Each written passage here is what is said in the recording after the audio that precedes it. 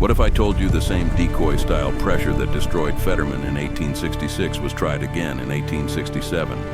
And this time the defenders didn't take the bait, even while about 800 warriors closed in. They don't tell you about the Hayfield Fight. Most people only hear about Fort Phil Kearny, but Red Cloud's war hit multiple forts along the Bozeman Trail, including Fort C.F. Smith in Montana Territory, isolated, supply-hungry, and under constant pressure. On August 1st, 1867, a civilian crew went out to cut hay, because hay meant winter survival for the fort's animals, and they worked at a log-fortified hay corral about 2.5 miles from the fort.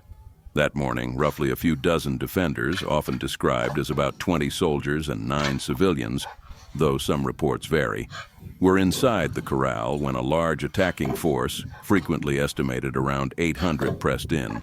The tactic looked familiar.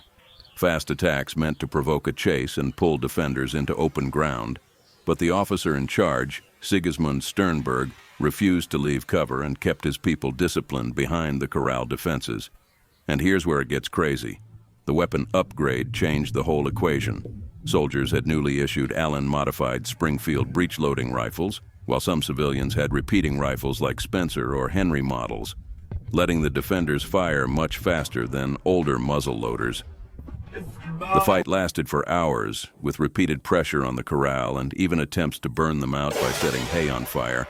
But the defenders held until relief finally arrived with a howitzer and the survivors made it back to the fort. This battle matters today because it shows how tactics evolve when technology and discipline shift the rules. And it proves Native history is about strategy, adaptation, and homeland defense, not stereotypes. If this should be taught in schools, hit like and comment Hayfield if you'd never heard of this fight. And here's your cliffhanger. The very next day, August 2nd, 1867, the wagon box fight erupted near Fort Phil Kearny with the same "don't chase the decoy" lesson and the same weapon shift. And Part 4 will explain how these forts were abandoned and why that still matters.